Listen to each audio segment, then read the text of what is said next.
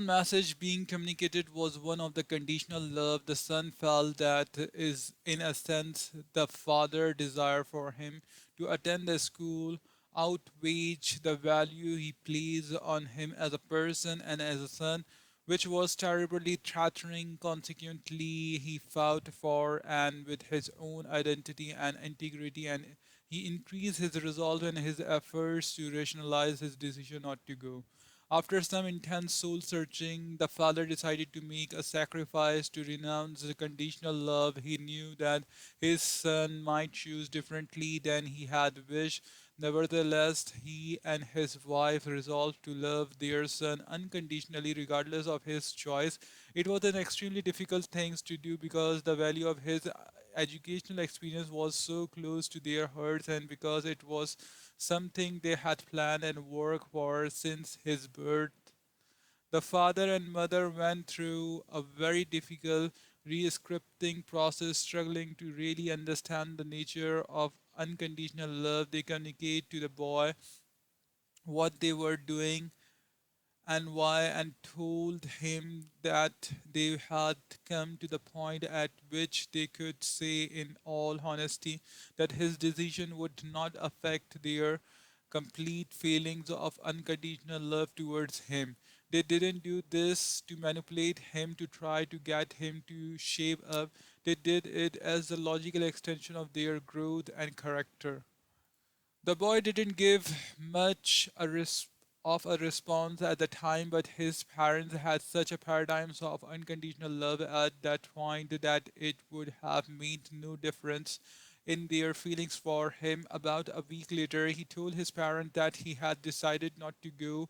They were perfectly prepared for his response and continued to show unconditional love for him. Everything was settled and life went along normally. A short time later, an interesting thing happened. Now that the boy no longer felt he had to defend his position, he searched within himself more deeply and found that he really did what want to have this educational experience. He applied for admission and then he told his father, who again showed unconditional love by fully accepting his son's decision. My friend was happy, but not excessively so, because he had truly learned to love without uncondition.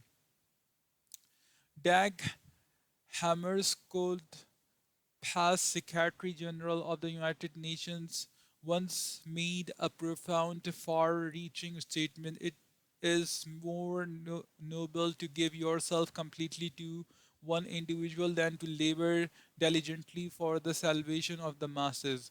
I take that no means that I could devote 8, 10, or 12 hours a day, 5, 6, or 7 days a week to the thousands of people and projects out there and still not have a deep, meaningful relationship with my own spouse, with my own teenage son, with my closest working associate. And it would take more nobility of character, more humility, courage, and strength to rebuild that one relationship than it would to continue putting in all those hours for all those people and causes.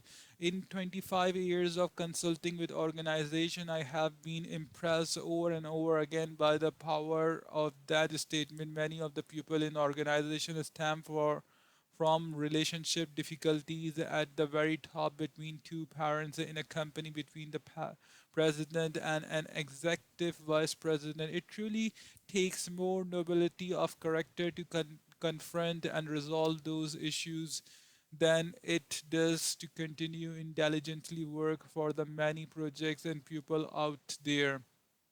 When I first came across Hammer's joke statement, I was working in an organization when there were unclear experience between the individual who was my right hand man and myself. I simply did not have the courage to confront our difference regarding role and goal, expectation and values, particularly in our methods of administration. So I worked for numbers of months in a compromise mode to avoid what I might run out to be an ugly confrontation. All the while, bad feelings were developing inside both of us.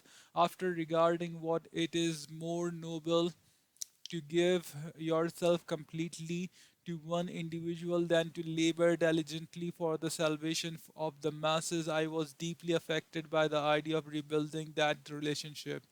I had to steel myself for what lay ahead because I knew it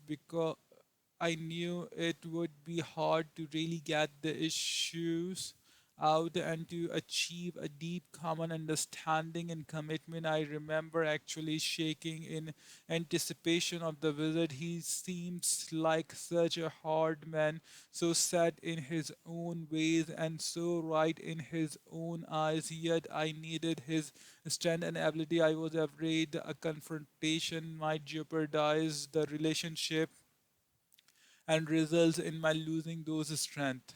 I went through a mental dress rehearsal of the anticipated visit, and I finally became settled within myself around the principles rather than the practices of what I was going to do and why. At last, I felt peace of mind and courage to have the communication. When we met together, to my total surprise, I discovered that this man had been going through the very same process and had been longing for such a conversation. He was anything but hard and defensive. Nevertheless, our administrative styles were considerably different, and the entire organization was responding to these differences. We both acknowledged the problem that our this unity had created our several visits. We were able to confront the deeper issues. We get them all out on the table and to resolve them one by one.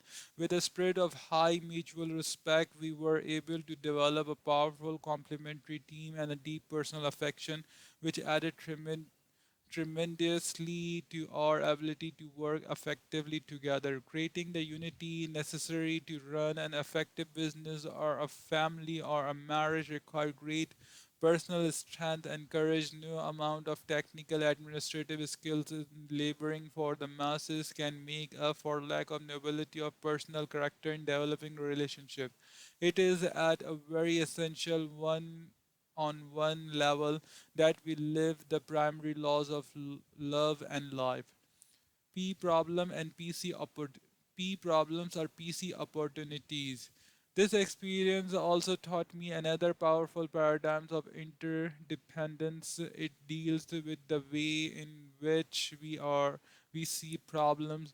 I had lived for months trying to avoid the problem, seeing it as a source of irritation, a stumbling block, and wishing it would somehow go away. But as it turned out, the very problem created the opportunity to build a deep relationship that empower us to work together as a strong complementary team. I suggest that in a interdependent situation, every P problem in a PC opportunity a chance to build an emotional bank account that significantly affect interdependent production. When parents see their children's problems as opportunities to build a relationship instead of a negative, burdensome irritations, it totally changes the nature of parent-child interaction. Parents becomes more willing, even excited about deeply understanding and helping their children.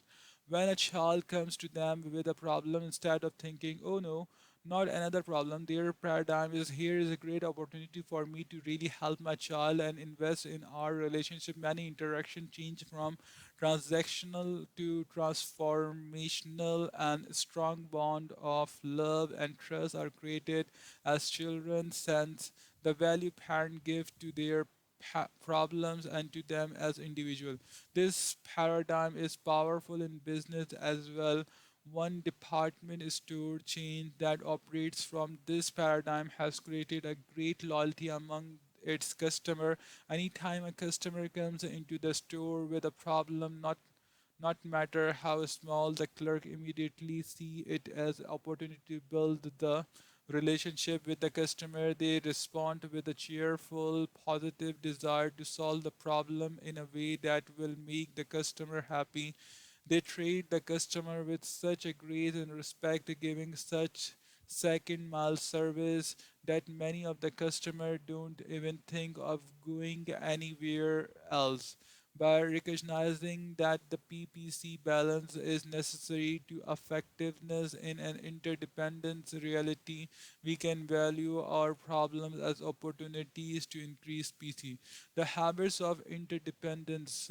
With the paradigms of the emotional bank account in mind, we are ready to move into the habits of public victory or success in working with other people. As we do, we can see how these habits work together to create effective interdependence. We can also see how powerful scripted we are in other patterns of thought and behavior. In addition, we can see on an even deeper levels of effective interdependence can only be achieved by truly independent people. It is impossible to achieve public victory with popular win-win negotiation techniques of reflective listening techniques or creative problem-solving techniques that focus on personality and truncate the vital character base. Let's now focus on each of the public victory habits in depth. Habit 4, think win win. Principle of interpersonal leadership. We have committed the golden rule to memory. Let us now commit it to life. Edwin Markha. One time I was asked to work with a company whose president was very concerned about the lack of cooperation among his people. Our basic problem, Stephen, is that they are selfish. He said they just won't cooperate. I know if they would cooperate, we would produce so much more. Can you help us develop a human relationship or human relation program that will solve the problem? Is your problem the pupil or the paradigm? I asked. Look for yourself, he replied. So I did.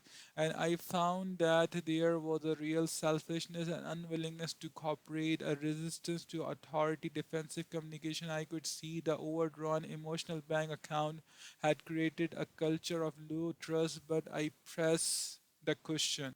Let's look at it deeper. I suggested, why don't you people cooperate? What is the reward for not cooperating? There's no reward for not cooperating. He assumed me the reward are much greater if they do cooperate. Are they? I asked. Behind a certain no, on one wall of this man's office was a chart. On the chart were a number of race horses all lined up on a track, superimposed of the face of earth. Each horse was the face of one of his manager. At the end of the track was a beautiful travel poster of Bermuda of idyllic picture of blue skies and fleecy cloud and a romantic couple walking hand in hand down a white sandy beach. Once a week, this man would bring all his pupils into his office and talk corporation. Let's all work together. We are all make more money if we do. Then he would pull the curtain and show them the chart. Now, which of you is going to win the trip of Bermuda? It was like telling the flower to grow and watering another, like saying firing will continue until moral improve. He wanted cooperation, he wanted his people to work together to share ideas to all benefits from the effort, but he was setting them in competition with each other. One manager's success meant failure for the other managers. As with many people between people in business, family, and other relationships, the problem in this company was the result of a flawed paradigm. The president was trying to get the fruits of cooperation from a paradigms of competition, and when it didn't work, he wanted a technique, a program, a quick fix antidote to make his pupil cooperate. But you can't change the fruit without changing the root. Working on the attitude and the behavior would have been hacking at the leaves. So we focus instead on producing personal and organizational excellence in any entirely different way by developing information and reward system which reinforce the value of corporation. Whatever you are, president of a company or the janitor, the moment you step from the independence into interdependence in any capacity, you step into a leadership role. You are in a position of influence other people, and the habit of effective interpersonal leadership is think win-win. Sixth paradigm of human interaction. Win-win is not a technique, it's a total philosophy of human interaction. In fact, it is one of a six paradigm of interaction. The alternative paradigms are win, lose, lose, win, lose, lose, and win, or no deal. Win-win. Win-win is a frame of mind and heart that constantly seek mutual benefit in all human interaction. Win-win means that agreements or solutions are mutually beneficial, mutually satisfying. With a win-win solution, all parties feel good about the decision and feel committed to the action plan. Win-win sees life as a cooperative, not a competitive arena. Most people tend to think in the terms of dichotomies, strong or weak, hard ball or soft ball, win or lose, but that kind of thinking, if fundamental flawed, it's based on power and position rather than on principles. Win-win is based on the paradigm that there is a plenty for everybody. That's one person's success not achieved at the expense or exclusion of the success of other. Win-win is a belief in the third alternative. It's not your way or my way. It's a better way, a higher way. Win-lose. One alternative to win-win is win-lose, the paradigm to the race to Bermuda. It's say if I win, you lose. In leadership style, win-lose is a authoritarian approach. I get my way, you don't get yours. Win lose, people are prone to use position, power, credentials, possessions, or personality to get their way. Most people have been deeply scripted in the win lose mentality since birth. First and most important of the powerful forces at work is the family. When one child is compared with another, when patience, understanding, or love is giving or withdrawal on the basis of such comparisons. People are into win lose thinking whenever love is given on a condition basis. When someone has to earn love, what's being communicated to them is that they are not intrinsically valuable or lovable. Value does not lie inside them, it lies outside. It's a comparison with somebody else or against some expectation. And what happens to a young mind and heard highly vulnerable, highly dependent upon the support and emotional affirmation of the parents in the face of conditional love? The child is molded, shaped and programmed in the win-lose mentality. If I am better than my brother, my parents will love me more. My parents don't love me as much as they love my sister. I must not be as valuable. Another powerful scripting agency is the peer group. A child first want acceptance from his parents and then from his peers, whether they be siblings or friends, and we all know how cruel peers sometimes can be. They often accept or reject totally on the basis of conformity to their expectation and norms, providing additional acceptance towards values. The academic world reinforces when-lose scripting. The normal distribution curve basically say then you got a A because someone else got a C. It interprets an individual value of comparing him or her to everyone else. No recognition is given to intrinsic value. Everyone is extrinsically defined. Oh, how nice to see you here at our PTA meeting. You ought to be really proud of your daughter, Caroline. She is the upper 10%. That's make me a feels good, but your son Johnny is in trouble. He is in a lower quartile. Really, oh, that's terrible. What can we do about it? What's the kind of comparative information does tell you is that perhaps Johnny is going on all eight cylinders while Caroline is coasting on four of her eight. But people are not graded against their potential or against the full use of their present capacity. They are graded in relation to other people, and grades are carrier of social value. They open doors of opportunities or they close them. Competition, not corporation, lies at the core of the educational process. Corporation, in fact, is usually associated with the cheating.